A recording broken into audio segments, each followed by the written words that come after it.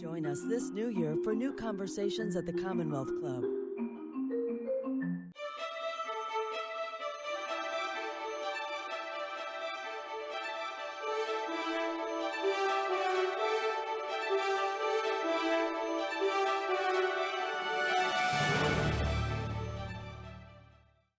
Welcome to today's virtual Commonwealth Club program. I'm Michelle Meow, host of the Michelle Meow Show and also a member of the Commonwealth Club's Board of Governors. Our thanks to the Bernard Osher Foundation for supporting today's Food Lit event. It's my pleasure to introduce to you all Kwame Onwuachi, who's the James Beard award-winning chef and author of My America, Recipes from a Young Black Chef. Many of you may recognize Chef Onwuachi as a former contestant and recurring judge on Top Chef. He is also an executive producer for Food and Wine magazine. He trained at the Culinary Institute of America and opened 5 restaurants, all before turning 30. My America is his first cookbook and is a true celebration of the food of the African diaspora as handed down through Chef Onwuachi's own family history. Throughout the book, he shares personal stories that highlights the deep connections between food and place and food and culture. We'll be discussing a whole lot in the next hour. So I want to remind you all that if you have a question for Chef Onwuachi, please text that through the chat box on YouTube. Chef Onwuachi, welcome and congratulations on publishing your first cookbook. Let me start by saying yes, congratulations, but it was very hard for me to get through the whole cookbook. I was very hungry, which I think a lot of people get. What's interesting to me, though, is that you've already written a memoir, and I don't know if it's traditional that people write memoirs and then their first cookbook. So tell us, kind of what the experience was like by sharing your entire story and then sharing, these recipes that are so deeply personal to you. Yeah, well, in true Kwame fashion, I like to do things a little differently, and it may be harder. But I think it's important to get to know somebody and get to know their story. Most artists or anyone that you really resonate with, it's because you know their story. So that's why it was important for me to do that first. And then the cookbook, I think it's every chef's dream to have a cookbook, So when I got that opportunity, I was thrilled and put my all into it. And I wanted to show what My America was like. Yeah, I love that you talked about it being your America. Sometimes we go out there, we talk about America, especially with food, as if it's in this general sense, that there is a traditional item like hot dogs, hamburgers. I mean, you're right. Yes, that's probably somebody's America, but it's not yours. And we all have so many different stories. Talk to us about, the fact that you did travel back to some of the places that you, for example, you went back to Nigeria, where you had actually lived for a couple of years and really got, I guess, reacquainted, right, with the food that was nostalgic to you. It was important for me, really, if I'm going to be documenting this and putting this on this platform, that I need to go back and connect and touch the soil and walk the roads, my ancestors have walked. And it was a way to reconnect and really have this direct pipeline to flavor, this direct pipeline to culture, and to learn about these dishes in the places where they were created. Yeah. I wanted to actually note that you do start the book off, or before you even get to the recipes, you start with the pantry. Mm-hmm. And, that's usually where lots of people who are going to make a meal, start. But the thing is, there's so much more to your pantry than a whole lot of, I guess, everybody else's pantries. Let's start with that. And mayo. It's so the pantry is so important for this book, but I think in really great cooking in general, you start by building way before you touch a piece of protein or you're lighting fire to make a meal. You have to start with the building blocks. And the pantry has been so important in Africa and in the Caribbean and even the American South, because it was an act of preservation. You had to build those things. And it helps, one, by preserving those ingredients, obviously, but also it cuts cooking time down substantially. If you're starting a recipe and you have to make all of these things, it'll take a while to complete that recipe. And with all of the hours that we work, even now, but more so back in the day, we didn't have that time. So that was a luxury. So that's why that pantry is so important. Mm-hmm. You shared a whole lot, obviously, in your memoir. Lots of people, especially when you're doing like talks and interviews, always bring up the fact that you've shared the challenges you had growing up, right? Mm-hmm. From, getting jumped into a gang to dealing drugs to then, finding yourself and your voice and then doing all the stuff that I even mentioned in the intro, opening 5 restaurants before 30, and now with this first cookbook. Do you feel like you have accomplished a lot, enough, or there's a whole lot more? There's so much more. There's so much more life to live. We only get one of these things, so that's why I like to just do so many different things, because it's so precious. It's a gift, and I want to do. I want to blow what I've done in the past out the water. I think that there's a long runway for me to continue to do things and push the narrative. Push Yeah, the yeah. You'd once said though that America might not be ready for a young Black chef, and I wonder if like that opinion has changed, especially now with people seeing your recipes, knowing your family stories through your recipes, and being able to taste it in their own homes. Well, they better get ready because it's coming regardless. I think for me, like my next steps, or just within everything I do, I try to be extremely intentional. And even this book was very intentional to give a voice to the inaudible. So many people have their different experiences of growing up in America. It doesn't matter if you're white, Black, brown, or whatever. It's whatever happens in your home is your version of America. Because when you're a kid and you're eating food, you're not asking like, what nationality is this dish, mom? Like you're just eating it, and you think that's how everyone else eats until you leave your nest and you see people have, they have different cultures and different rituals. So yeah, everyone has their version of their America. Yeah. One of the things that was striking for me, just it's not just a cookbook. It's so right. There's so much meaning to it, and I really did feel like I was getting to know your entire family, but also the ancestral history. And something like rice.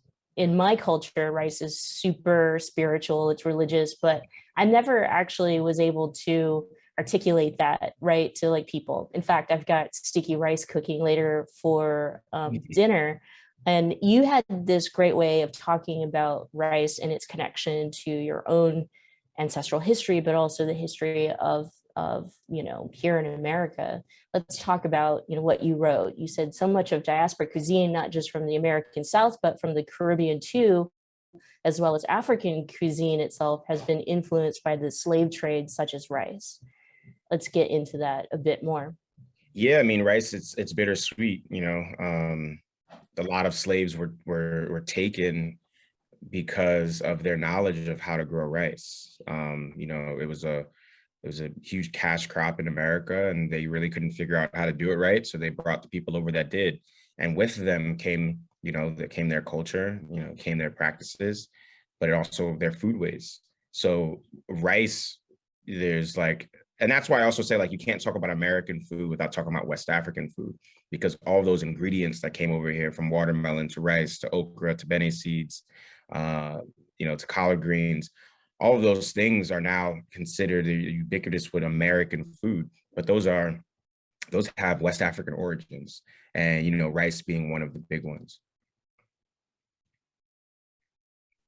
Do you get responses like from people who now maybe are thinking about West African food or food in America or food in certain places of America differently, especially dishes like from Louisiana, in which, sometimes, as you had mentioned in your book, we don't talk about the past so much because it's so traumatic. Mm-hmm. And so curious, what kinds of responses are you getting from folks who either are hearing about it for the first time or might have been talking about food, cultural food ignorantly? I mean, I think the biggest thing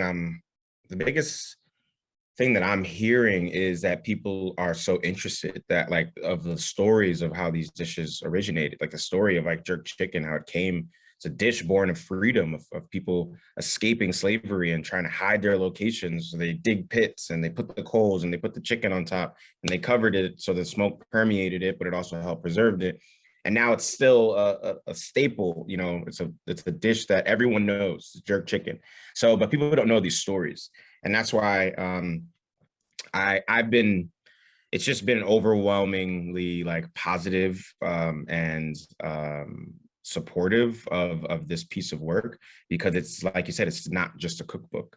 It's talking about the origins of these dishes and giving, you know, a face to the faceless people that created it. And for yourself, learning more about your family and your past history, what was some of the things that came up for you that might have been surprising or shocking or actually hard to learn? Honestly, like it was beautiful. Like, because I spent time with like my loved ones, you know, I spent time with my grandfather in Trinidad, you know, and I jumped over the canals he jumped over as a kid. You know, I went to his elementary school. I ate at the restaurants that he loved. I went to Mamu, Louisiana, you know, with my grandma, and, you know, saw the hospital that she was born in, because it was the only it was the only hospital that took Black patients in town. And it was all the way at the end of town. So like, I learned so much about my family that it was so culturally enriching. And, you know, more, the food was the easier part of this because I remember writing down a list of all the things I remember my mom cooking or like eating at my family's house. And I actually had to shave down. We had like 180 recipes. I had to shave it down.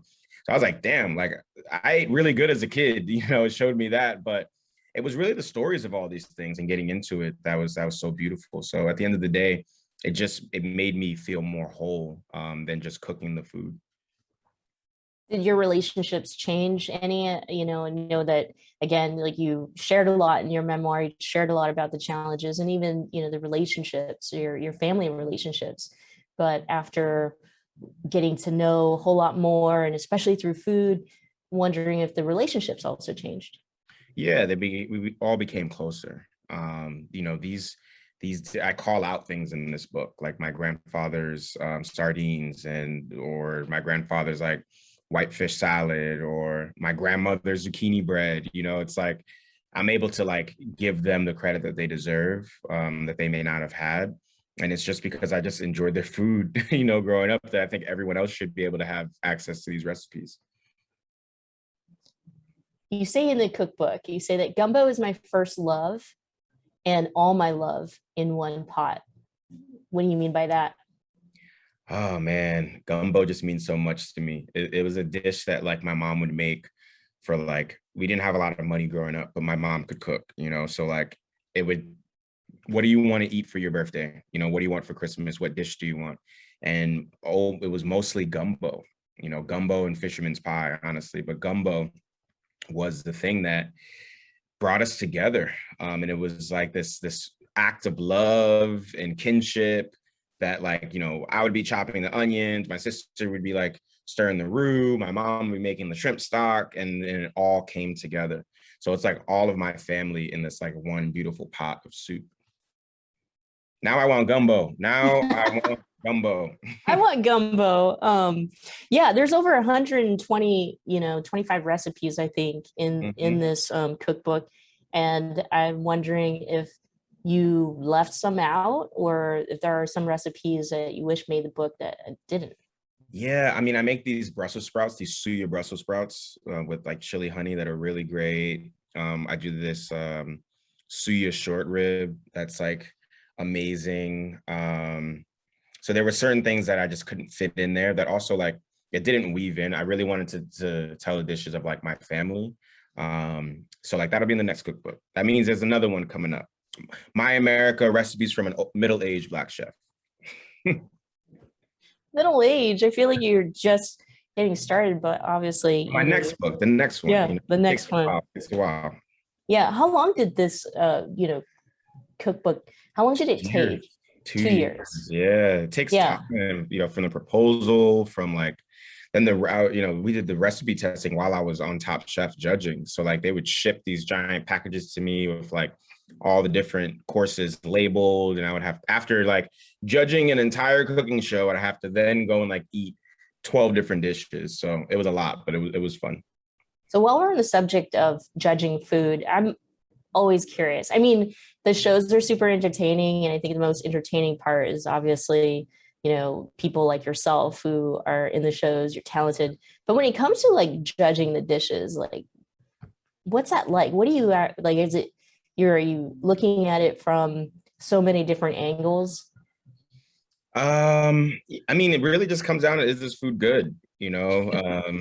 Yeah, I try to break down the cooking techniques, if things are like seared properly, or if they cook something, is it at the right temperature? But honestly, it has to taste good. That's the most important thing. And it should be hot, when it's supposed to be. So those are the things I really look for in presentation, the normal stuff. But for me, it's like, is this delicious? Yes or no? If it's not, then you're probably going home. um I wanted to ask you, something about this, because I find like when I don't know too much about food, right, and I'm trying it for the first time, it's a different experience when I know where the food came from, who made the food, and I know their stories. And so I'm wondering if you get responses from folks, who feel completely different. Like, do you feel like when you know food and you know what's behind it, the history behind it, that changes your palate? I think it makes you more informed. I think food has to taste good at the end of the day, but like knowing the story behind it, I think is important. I don't think everybody needs to know that, but like for me, it's just super interesting to know how a dish came to be, to know why this certain ingredient is here, because there's always a story behind that. And when a dish tells a story, it has a soul. You're not just cooking for perfect seasoning, you're cooking to like share an experience with someone. Yeah.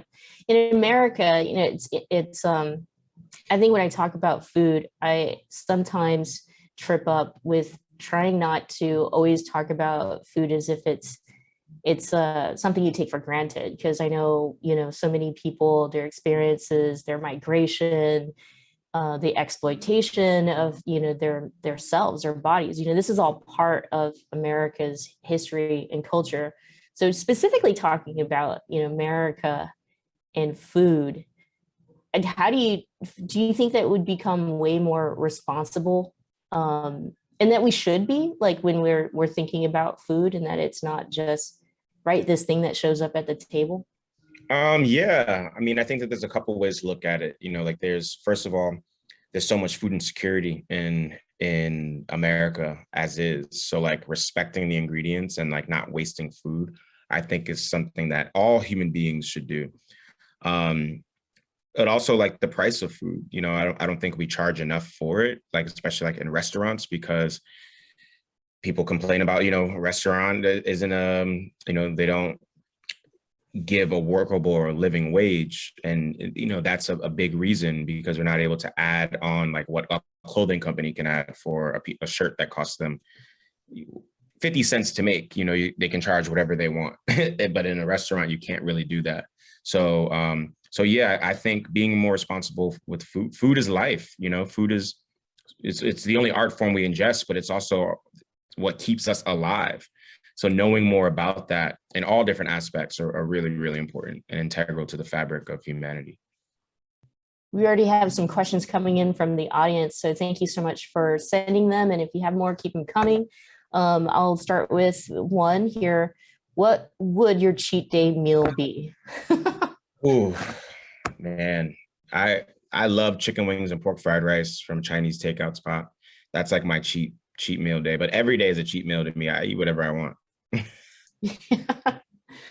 I wasn't sure if I wanted to get into this with you, but it's just talking about, yeah, being close. This audience member's question, which is, what is the biggest challenge facing the restaurant industry today? Taxes and rent. The tax is way too high and the rent is way too high. Those are the biggest things I think that are like troubling the restaurant industry. How do you see American cuisine evolving? Ooh, American cuisine evolving. I think it's going to evolve with the times, as I think new trends come out, new different cultures are, put on a pedestal. I think all of those things have to do with the way that America's food ways will change, because, America is directly reflected by its people. So the people here, the different, the more diverse we eat, and that will change the scope of how food is. And add to that question, I think that, we're talking a lot more about race today than I guess maybe because, there's social media and whatnot. So it feels like a lot more people are paying attention to it. I think it's directly, connected to food or food culture, and also its possible evolution. What do you think? Having these discussions around food and then being able to maybe going back to that question of like being socially responsible, but particularly about race. You have done it with this cookbook, in my opinion. I think you will open up a lot of eyes. Well, thank you. Yeah, that's what I hope. I hope people just um, see that like we're so much similar than we are different. Every nationality has their own rice dish or their meat on a stick or their soup, and it just looks different with the ingredients that are there and then the tradition. So, this is a book to hopefully open people up. Yeah, I'll be honest with you. And when I think about like fishermen, I'm sure of it. It's all part of, right, like what is wrong with our systems. But I had always thought about like white fishermen. I'd never pictured like a black fisherman. And you talk a whole lot about, right, like seafood, black fishermen, and their history in America and how rich their history is in America. Yeah, let's dive into that. Let's talk about the contributions of the Black community to American food, the African contributions. Yeah. Well, definitely down in Louisiana, most of the shrimpers are African American. They're Black, and it's a way to provide for your family. Any type of hard labor you can think of, or thing that like really is the foundation of our nation. Someone of color had that job, way before anyone else. So it's important to like really think of that and respect that and give that some attention. I don't think it's going to change anything, because that's their trade, and that's what they also love doing. But that they're responsible for a lot of the food that's on our table. Do you think that, I mean, in your experience, at least, and the amount of success that you have seen already, and so many people want to talk to you, not just about food, but about you and your thoughts. But is it ever surprising when you realize that a lot of people don't know like food history and contributions of like folks of color in this country? Not really. A lot of people don't know a lot about it, a lot of things. So it's not surprising to me. And it's also like it's someone's prerogative if they want to do the research or reading up on something to have that information. I think it's more surprising to me when people are just like ignorant to the fact that these things have happened, or they don't care at all, or it just doesn't even cross their mind. But not having the knowledge isn't that surprising to me. We have another audience question here. Can you share what was your biggest kitchen mishap? My biggest kitchen mishap. Oh man, I was like, wow, that was a long time ago. I was catering on movie set, and I had to cook for the crew every day. I was like their craft services, and I made this big pot of like chicken Alfredo, and I was taking it over to the table, and I dropped it like right before I got there. And then as soon as I dropped it, it was like, and cut. All right, everybody head to lunch. And I was like, oh my God. And like I made something in 10 minutes. I don't remember what I made. It was craziness. Whatever I made was ridiculous. But I just remember being so nervous doing that. So that's one of my biggest kitchen mishaps. What about some of the dishes that maybe have evolved with leading up to this cookbook? Is there a recipe of yours that has changed over time? Yeah, all of my recipes, honestly, every time I make them, I try to make it a little bit better. Especially like when you're in the restaurant and doing it constantly, constantly, constantly. So like the curried goat has changed a couple times. The oxtails has gotten like different marinades and spices put on it. The the jerk chicken, that recipe is like super involved. You start by making a jerk chicken brine and brining the chicken, and then making a marinade and marinating it for a couple days, and then smoking it in pimento wood, as well as seasoning it with pimento. So there's a couple dishes in there that like I'm really proud of, because like the version now as a version like back then, they're two totally different things. And what about like, getting all the spices? So say, for example, this is your first journey down the road of different, ingredients that you've never used before. What could you say about like, venturing out into a new place to be looking for these things, and what to be mindful of that, you're not running around at some store, Mhm. trying to be an expert all of a sudden? Yeah, well, a lot of these can be found online. And I don't think any of these are like super obscure. There's maybe a couple things in there that like people may have never heard of, but yeah, be open.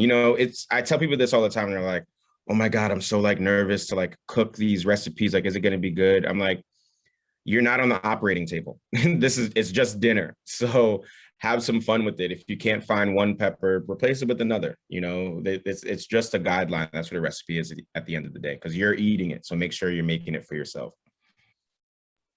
We have another question here from the audience, and no surprise here. We all want to ask you a bunch of questions. Can you talk more about your partnership with Orly and the organizations that the proceeds support? Yeah, so I have this nail polish line with Orly, and the proceeds go to a nonprofit organization called Bigs and Littles. It's a mentorship program in New York City that mentors, kids in the inner city that don't really have, positive figures in their life, or, guardians at all times. And they have 100% higher education success rate. So it's something that I think is super important, is mentorship, especially in the inner city. That's something that's not really there. So being able to support an organization like this is really important to me.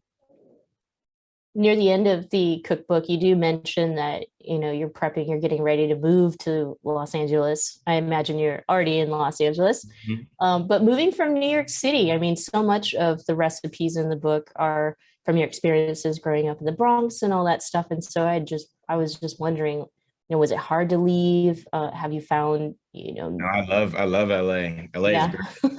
LA is great. It's 70 degrees every single day. It never rains. And there's so much more space. So yeah, I love LA. How's the food scene? Has it changed anything for you The being in LA? food scene in LA is great. Mexican food and tacos are prevalent and everywhere. There's so many different pockets, whether it's like Thai Town or Little Tokyo. There's so many different pockets of all these different cultures that have amazing food. So I love LA. Yeah. Yeah, birria is a huge thing right now between even Yeah, Southern California, Northern California. How everywhere. would you do birria differently, or what's your birria No, recipe? no, Yeah. I would do a classic. I mean, I've had birria in Guadalajara, like, and it's great just as it is. I love it, but there's this huge boom. Everyone's doing their own take on it, and I don't even think I've had it here. I've only had it in Mexico. Oh wow. Yeah. Yeah, it's I haven't met, birria taco that wasn't one that I would take home. Hmm. I love birria. We get another comment question here from the audience. Okay. Sheesh, you've achieved so much at a pretty young age. One, what's the story behind your youth? Was it always food for you? When did you decide that food is the career you wanted to pursue? And I'll ask the second one after you answer this one. Yeah, I mean, I started cooking at 5 years old. My mom had a catering company that she operated from the house, and she very much against the law threw me an apron at 5 years old, and I had to help out. So food, it started off as a chore, which became a passion, and then, became a career. So it's always been around me. And who was the influence in your life? I guess you mentioned your mom, but maybe some others that you got interested in food that maybe still try to impress with your cooking? No, Yeah. my mom. My mom's my inspiration. She's my biggest inspiration. She's my hero. So that's the person that really inspired me to cook. Yeah, this cookbook is dedicated to her. Mm-hmm. And you had talked a lot about, your relationship, right, with your mom. So how does she feel about this cookbook? Oh, she loves it. She's very, very proud of me for being able to put something out like that and kind of preserve our family's like legacy. Another question for you. How, let's see here. I think we talked about it. What are your interests outside of cooking? Is there something out there that could steal you away from the food world? I like acting a lot. I started acting recently. I actually filmed my first movie that's coming out in the summertime on Amazon. It's called Sugar. So like acting is the thing that I really, really love. Oh, it's awesome. Yeah, you're right there. We can't wait to see it. Yeah. Okay, what's the one ingredient or dish that you think everyone needs to try, or try with an open mind or make in their lifetime? A goosey soup that's in the book. It's this like, this like leafy sauce, thickened with melon seeds and crayfish powder. And it's usually like served with like goat or beef or chicken. And you eat it with pounded yam, fufu, which is like this starchy yam that we put in like a giant mortar and pestle until it is, it has a little give to it. And you break that off, and you dip it in the stew and eat it. It's phenomenal. Let's talk about vegetables. I feel like more people are trying to be creative with vegetables, maybe doing more of a plant-based diet. What's your favorite vegetable, and what would you make with it? My favorite vegetable is chicken. No. My favorite vegetable would probably be mushrooms. Mushrooms. I don't know if that counts as a vegetable, but yeah, I mean, I just love seared mushrooms, seared with some butter and some thyme, garlic, lots of salt. That's what more do you need? Yeah, I thought you might say okra, but Yeah, no, that's not my favorite vegetable. no. Yeah, but okra, you have a couple okra recipes in Mhm. here Yeah, that I I would like love to okra. try. Yeah, I love okra, but it's not my favorite Yeah, vegetable. yeah. You mentioned, well, I talked about it in the very beginning. We talked about the different places that you went back to revisit and visit as part of research for this cookbook. And it was because you're telling your stories, but maybe some new relationships of yours that are developing, that if you were thinking about new recipes as a middle-aged man, I mean, what other places would you go? I'd probably go to like Senegal. I'd go to Ethiopia. I would go back to Thailand, India. I love India. I think I would love to go to those places. But I think if I did another cookbook, it would just be like my guilty pleasure foods. It would be like a fun cookbook. I would say like my last two books are like serious, very informative. This one would be like chicken wings and pork fried rice. This is how I make mine. It'd be stuff like that. I was going to ask, okay, other than the pork fried rice and some chicken wings, what are some additions to that? I mean, it's bad, right? Like for me, like my guilty pleasure is packaged ramen. Oh, that's good too. But halal cart, like chicken and lamb over rice, from the halal carts in New York City. Uh, chili cheese dog from Ben's Chili Bowl in DC. Jerk chicken. I love all those things, and I eat them all the time.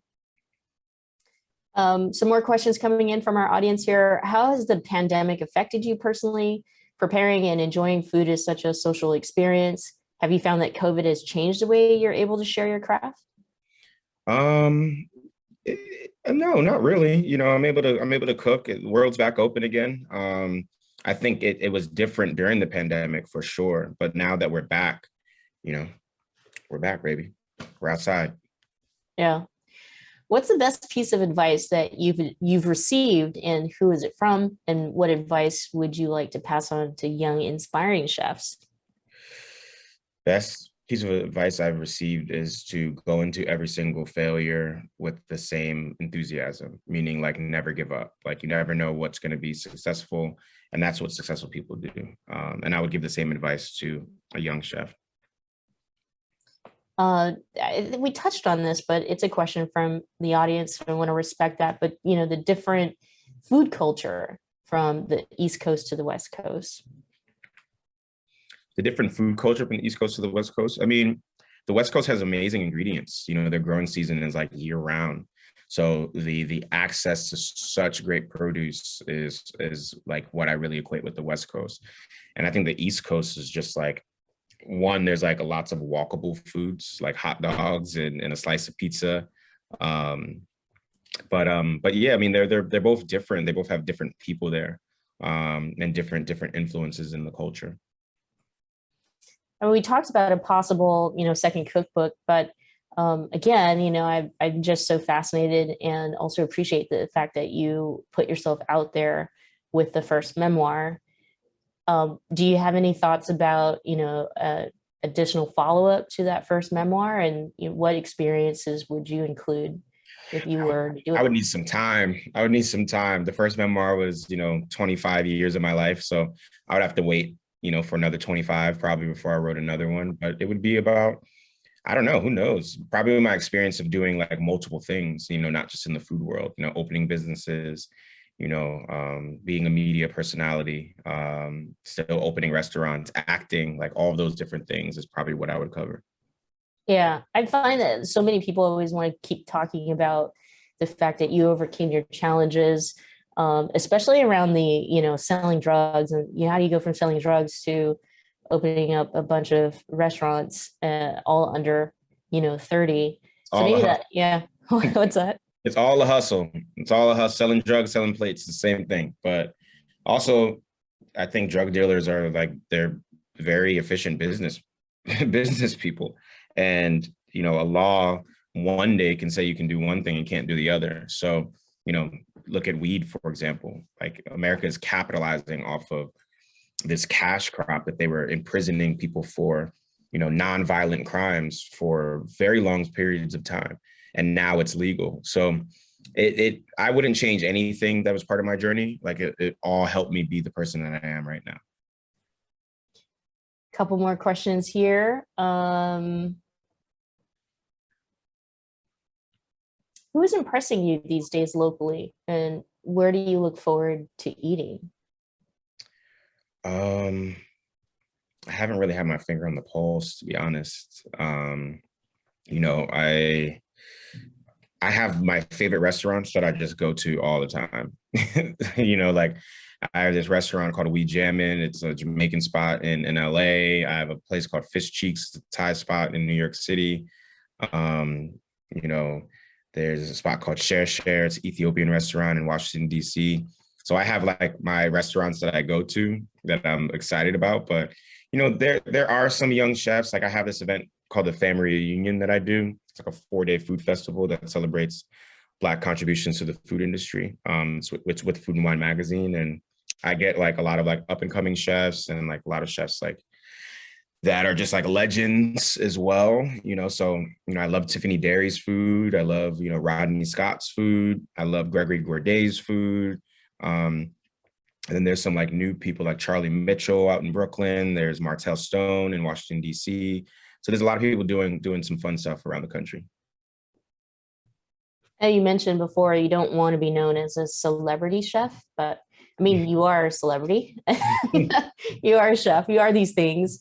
I also think like food media is changing. And part of that change is because of some of the folks that you mentioned. They're just, new talent really their story is being told. Would you agree? Do you think that, right? Like food and TV and certain chefs and their stories being told is evolving? Yeah, absolutely. I think there's this fetishization of chefs and their stories that's been happening for a while, honestly. But but definitely as of recent, it's been a thing. People want to be friends with chefs. People want to know what they're up to. They romanticize the kitchen and everything like that. So yeah, it's only going to continue, and I think it's good. I think it's good that you're getting looked at as also more than chefs. Like, you can do more. You can also speak up for things that you really, really believe in. Here's a question from an audience member. Can you talk about running your own kitchen? What did you learn along the way, and what makes a good leader in the kitchen? I think a good leader in the kitchen is someone who knows how to talk to people. A chef, the word literally means boss or leader, so I think you got to know how to talk to different people, because everyone is different. And also, people come in with different baggage every single day. So you got to understand like how to really get through to someone. And leading by example is super important as well. Like, not asking people to do stuff that you would not do or you've never done before. So I've learned to like lead with grace. That's something that's been really, really important to me. Like, violence begets violence. So like yelling and screaming is not really the way to go. So yeah, I've learned so many different things, but like just being a leader is the thing that like I really took away. As I have a lot of friends, obviously, in the restaurant business, and they had once, talked about how racist, sexist, homophobic the kitchen can be. Do you think that that is changing as well? Because again, like, we have more people who are emerging as talent and in the positions to make decisions and opening restaurants like yourself, you're young leaders.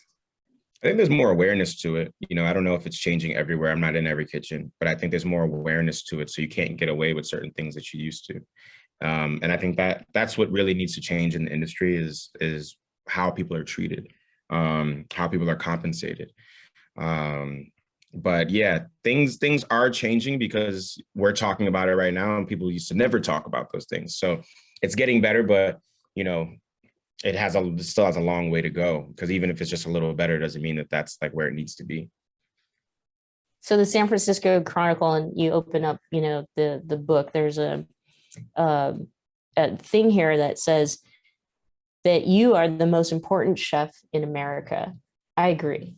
And I have my reasons why I think you are, but I'd love to hear, how that resonates with you. How do you feel about it?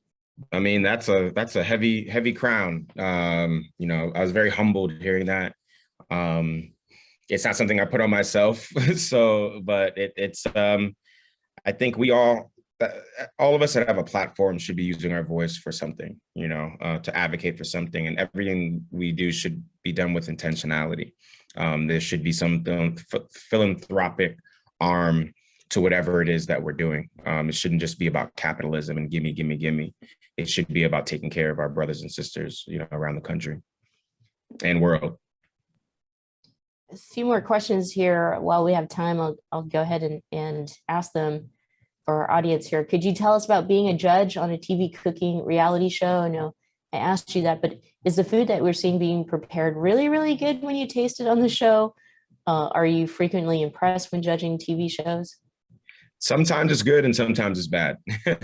And sometimes I'm impressed and sometimes I'm confused. So it's a little bit of both. It's really fun though, but the food, the time that they're cooking, that's the real time that they have to make it. Our reactions are real. Nothing is scripted.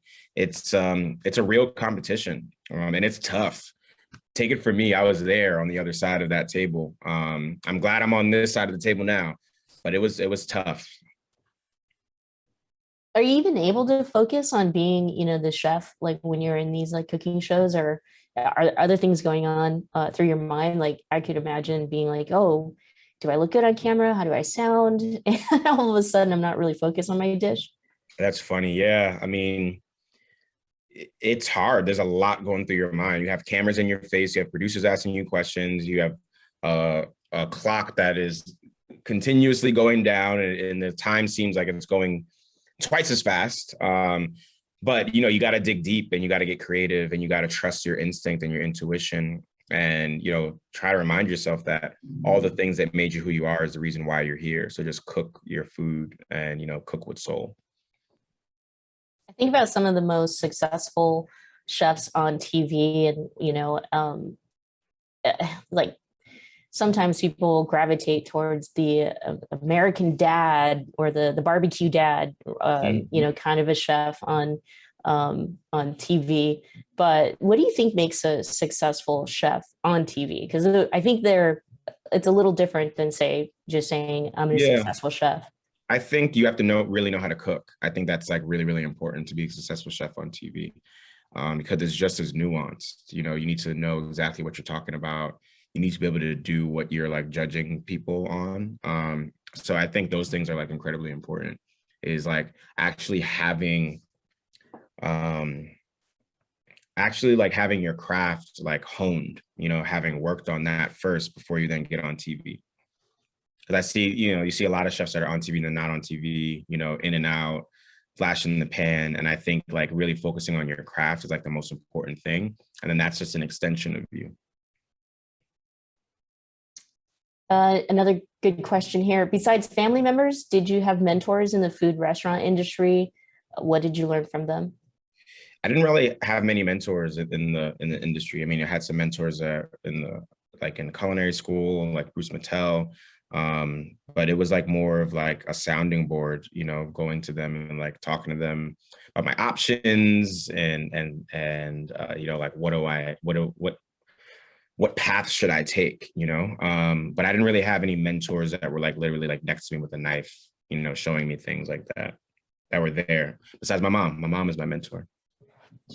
A couple questions here. I'll just kind of summarize them. I know that you've touched on it before, but is there a dish from another chef that you wish you came up with? Yeah, the cheeseburger. I'd be a trillionaire. I thought this to myself many times. I'm with you.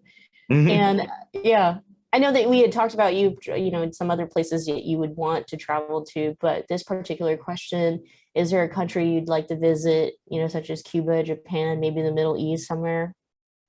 I would love to go to the Middle East, honestly. I mean, I think the food over there is so amazing and like deeply rooted in history. So I would love to go there and understand their food ways.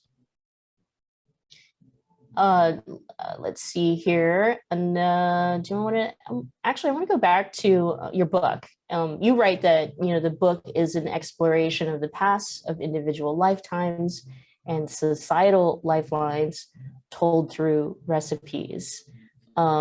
I love what you had to say about that, because I think that, food can bring people together. But yeah, elaborate on what you mean by it. I mean, the book just like really, it's not a book that's like Notes from a Young Black Chef is like all about me and my story. This is about the people that like kind of made me who I am. So like all the different cultures that I come from, whether it's like Trinidad, Jamaica, Nigeria or Louisiana, like all of those are connected, especially because of the slave trade, but also telling the stories of these dishes and how they came to be was so important for me. So that's what I mean by that, that just like the whole landscape and we're all connected and here's how we're connected. And here's, this beautiful cuisine. You also, okay, so I want to talk a little bit about beans, and it's all obviously it's included in here. I feel like sometimes, regular people like myself get lost like with what we can do with it, but this cookbook has so many recipes and really good recipes of what you can do with beans. So if you could share maybe one that you think those who are listening and listening to you right now that you should try doing something different with beans. Yeah, red beans and rice. It's the quintessential like Louisiana dish of like red kidney beans, like stewed down with the Holy Trinity and like Creole spice and lots of thyme and bay leaf and sausage. And it all comes together like in this beautiful like velvety bean dish. And then you have the chunks of the smoky sausage in there. You eat it on white rice and there's like nothing like it. You just add some Louisiana hot sauce and you got yourself a great night. I have a question here. At such a young age, you opened multiple restaurants, cooked for well-known celebrities, and was a contestant judge on cooking shows. Was there a moment that you felt that you that you made it, like this is it, and that you're most proud of? I never feel like I've made it, you know. I think that that's the beautiful thing of just continuing to push and push and push and push. And there's been holy moments like, you know, winning the James Beard Award, you know, cooking at the White House. There's been stuff like that. But it's always like every day, like when I get up the next day, I was like, okay, how can I be better today? Like, what else can I do? You know, and that's what really keeps me going, is that not thinking I made it. Because once you think you Yeah. made it, Yeah, and you've got a movie coming out, so you keep pushing it. But I mean, of course, I'm with everybody who's tuning in right now, and I had known it, but just to be impressed by you and being yourself, like, you know, you just share so much of your authenticity. Do you find that that's rare in your industry, or not really? Like most people are, you know, just being themselves. Most chefs are. Most. I don't know. I don't try to like concern myself like with having opinions on others. You know, I focus on like what I'm doing and take care of my family. So like I would hope everybody is authentic, you know, but that's their own prerogative and that's the life that they have to live. I don't have to live that life. So Yeah. You mentioned the White House, so we got a question here. Can you talk about what cooking at the White House was like? it was cool. It was for the Easter egg roll. So I got to cook. I brought my niece as like my sous chef and you know she helped out. But it was really, really great. It was this, it happens every year, the Easter egg roll, where they traditionally like roll the eggs down the hill. So it was great. It was fun. I had a blast. I got to like sit and talk with, you know, Obama and Michelle. It was the first time I've ever been starstruck. I had nothing to say. So it was really, really cool. I was going to ask, like, I mean, because you'd mentioned it before, yeah, President Obama being elected as the first African American president was kind of, you know, it was a pivotal moment for you in your life, at least, you know, recognizing where you wanted to go with your own life. And so meeting him, you were speechless, but at the same time, did that you know sit with you? Did it finally resonate, or you know, kind of hit you that I'm really doing this? I mean, I was filled with gratitude, honestly. I was like, this, yeah, for sure. It was like, wow, this is, I think, you know, there are certain celebrities that you meet, you're like, oh my God, you see their photos everywhere. You know, like Obama is like this like mythical creature. And seeing him in real life, it was very surreal, very surreal. I thought he was floating for real. Okay. There's an audience question here who says that I heard you have a Harry Potter tattoo. Is that true? And if you do, what is your house and why? I have the Deathly Hallows tattoo. Obviously, I'm Harry Potter. I'm a Gryffindor. Come on now. You could have guessed that. What would you be?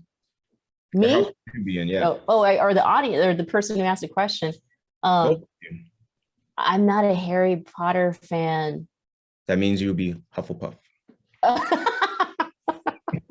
Oh, I'm Or gonna, you know, go back. We Gryffindor. have like 7 minutes left, and I know you've got a really important event to go to. So I'm going to come back to your cookbook, My America: Recipes from a Young Black Chef. I one of the, I guess, a journalist that I had read when I was doing some reading about you had talked about you sharing these recipes as a young Black chef in itself is incredibly important.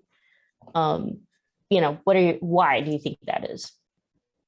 Um, it's important for everyone to tell their story. It's important to just be authentic. You know, I think giving this food a platform is special. You know, I haven't really seen many cookbooks with like traditional just Jamaican oxtails or jerk chicken or curried goat, you know, as is. So for me, it's like really, really beautiful to be able to put that on a page, you know, and see the food also photographed beautifully. So yeah, it means a lot to me. Yeah. Yeah. As for me, I think, you know, somebody who lives in downtown Oakland, somebody who consumes, you know, American things, your book is so important for me to be more authentic about people's contributions in our society. And then to walk into some of these restaurants and know exactly what I'm talking about. And I don't just sit down and mispronounce a dish or think that it's just tasty. but that I know the background behind it. So thank you so much for the book. If somebody was opening this book for the very first time and they want to try out a recipe, do you have recommendations on maybe a couple that you start out with? Definitely the jerk chicken. It takes a couple days to make, but it's a very, very great and solid recipe that has so much flavor. And yeah, I would encourage everyone to at least make that recipe. What's the one spice you can't live without? The spice of life. The one spice I can't live without would be house spice. It's my mom's spice blend. It has granulated garlic and onion and salt and cayenne and paprika and Worcestershire powder, and it's really, really great. And that's in the book, right? Mm-hmm. Yep. It's in the book. It's in the pantry. It's in the pantry. Do you think your mom has any other recipes she hasn't shared with you yet? No. Mm-mm. She's no more tricks up her sleeve. I've been around her too long. But she's still cooking, so she's still creating new things, So she definitely she's a chef, so she's got some stuff up there that she may not have made yet. But everything that she has made, I've tasted. What about dishes that you are teaching her? I mean, most dishes that I'm making are adaptations of hers. So it's just teaching her a different way to look at the food that she's already making. So yeah, I've taught her a couple of things, like my cucumber avocado salad, to name a few. But yeah, we always work together, and try to just help each other put out the best menu possible. Yeah. So last question, it's maybe a funny last question. I think it's from the same person who asked about your Harry Potter tattoo. Mm-hmm. So if you were going to cook a meal for Harry Potter, and it's your signature dish just for him, what would it be? It would be Horcrux stew. And they'll get that. See, I'm so lost. I don't know what that is. I'll make him the best treacle tart he's ever had in his entire life. Chef, it's been super awesome chatting with you, and thank you so much for this cookbook. I mean, it's something I'm going to pass on to my kids or whoever inherits whatever I have. Thank you so much. Thanks for having me. I really appreciate it. This has been fun. Everyone, we encourage all of you to pick up a copy of Chef's new cookbook, My America, at your local bookstore. If you would like to watch more programs or support the Commonwealth Club's efforts in making virtual and in-person programming possible, please visit commonwealthclub.org. I'm Michelle Meow. We'll see you next time.